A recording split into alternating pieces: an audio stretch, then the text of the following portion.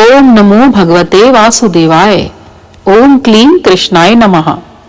कामिका एकादशी की व्रत कथा। अर्जुन ने कहा कि हे प्रभु, मैंने आषाढ़ माह के शुक्ल पक्ष की देवशयनी एकादशी का सविस्तार वर्णन सुना। अब आप मुझे श्रावण माह के कृष्ण पक्ष की एकादशी की कथा सुनाने की कृपा करें।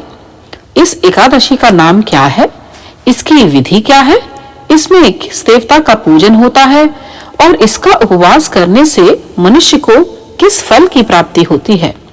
तब भगवान श्री कृष्ण ने कहा कि हे श्रेष्ठ धनुर्धर, मैं श्रावण माह की पवित्र एकादशी की कथा सुनाता हूं। ध्यान पूर्वक श्रवण करो।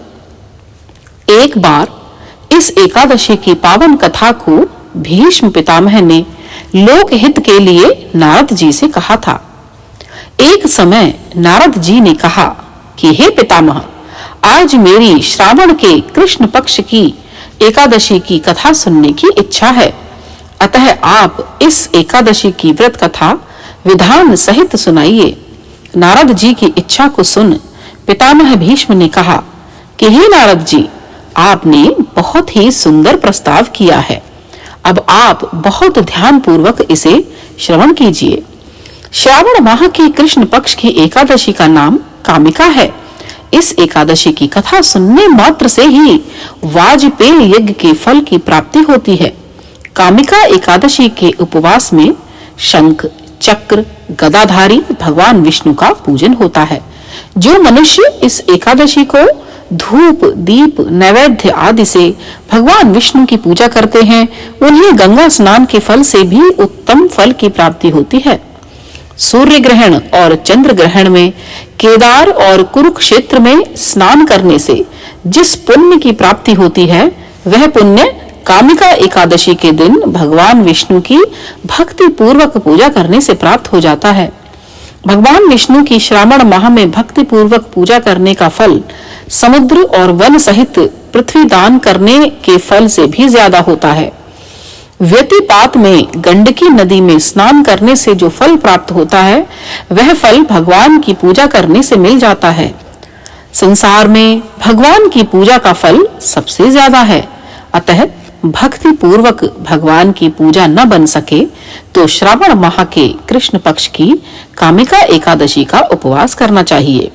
आभूषणों से युक्त बछड़ा सहित गौदान करने से जो फल प्राप्त होता है, वह फल कामिका एकादशी के उपवास से ही मिल जाता है।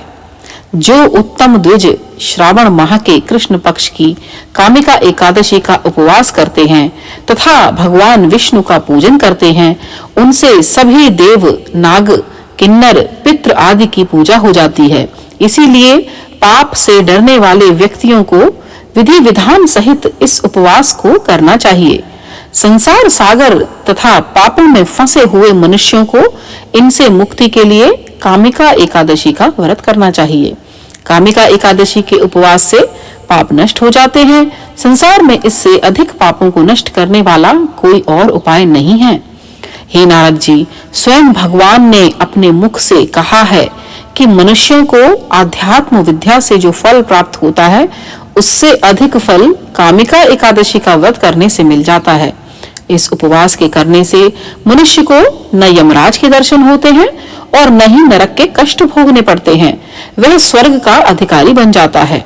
जो मनुष्य इस दिन तुलसी दल से भक्ति पूर्वक भगवान विष्णु का पूजन करते हैं, वे इस संसार सागर में रहते हुए भी इस प्रकार अलग रहते हैं जिस प्रकार कमल पुष्प जल में रहता हुआ भी जल से अलग रहता है। तुलसी दल से भगवान श्री हरि का पूजन करने का फल एक बार स्वर्ण और 4 बार चांदी के दान के फल के बराबर है। भगवान विष्णु रत्न, मोती, मणि आदि आभूषणों की अपेक्षा तुलसी दल से अधिक प्रसन्न होते हैं। जो मनुष्य प्रभु का तुलसी दल से पूजन करते हैं, उनके सभी पाप नष्ट हो जाते हैं।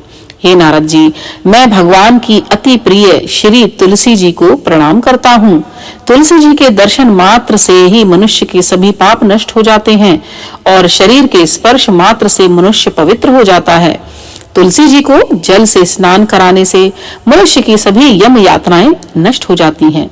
जो मनुष्य तुलसी जी को भक्ति पूर्वक भगवान के श्री चरण कमलों में अर्पित करता है उसे मुक्ति मिलती है।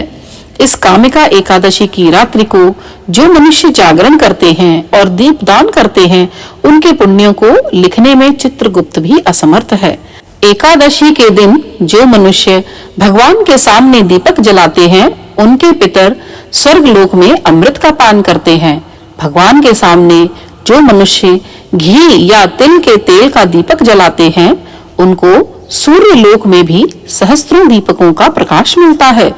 कामिका एकादशी का व्रत प्रत्येक मनुष्य को करना चाहिए।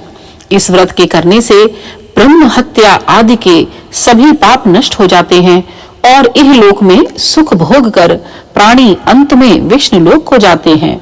इस कामिका एकादशी के महात्म्य के श्रवण व पठन से मनुष्य स्वर्ग लोक को प्राप्त करते हैं। कथा का सार यही है कि भगवान श्री हरि सर्वोपरि हैं। वे अपने भक्तों की निश्चल भक्ति से सहज ही प्रसन्न हो जाते हैं। तुलसी जी भगवान विष्णु की प्रिया हैं। भगवान श्री हरि हीरे मोती सोने चांदी से इतने प्रसन्न नहीं होते जितनी प्रसन्नता उन्हें तुलसी दल के अर्पण करने से होती है। बोलो एकादशी माता की जय। बोलो श्री कामिका एकादशी माता की जय।